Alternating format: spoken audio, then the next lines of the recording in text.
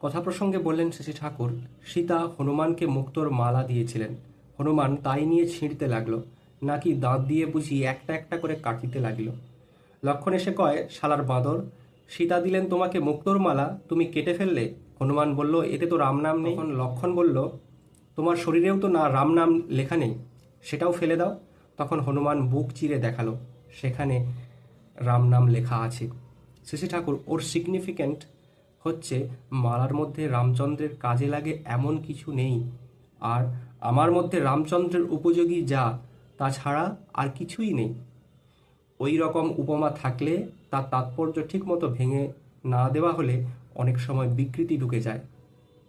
অর্থাৎ এর মধ্যে দিয়েই ভক্তবীর হনুমান বোঝাতে চেয়েছিলেন যে উনি যা ভাবেন, যা করেন এবং ওনার যে আচরণ, সব কিছুর মধ্যে দিয়েই উনি রামচন্দ্রকে প্রতিষ্ঠা এবং তিনি সুখে থাকেন, তার ভালো থাকা কীভাবে হয়ে উঠবে সেই বিষয় নিয়েই চিন্তিত এবং সেই বিষয় নিয়ে তিনি কর্মরত।